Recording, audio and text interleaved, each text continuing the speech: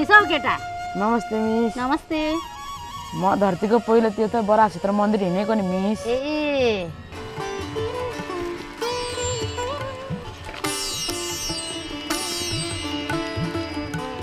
भगवान विष्णुका तेस्रो अवतार बराह भगवान प्रेमका देवता र धरणी माता प्रेमकी देवी हुनुहुन्छ।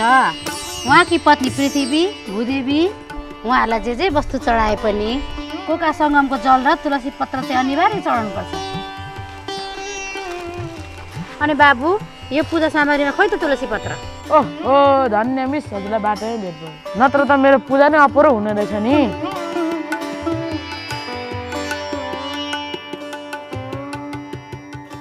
जय धरणी जय बराह, जय धरणी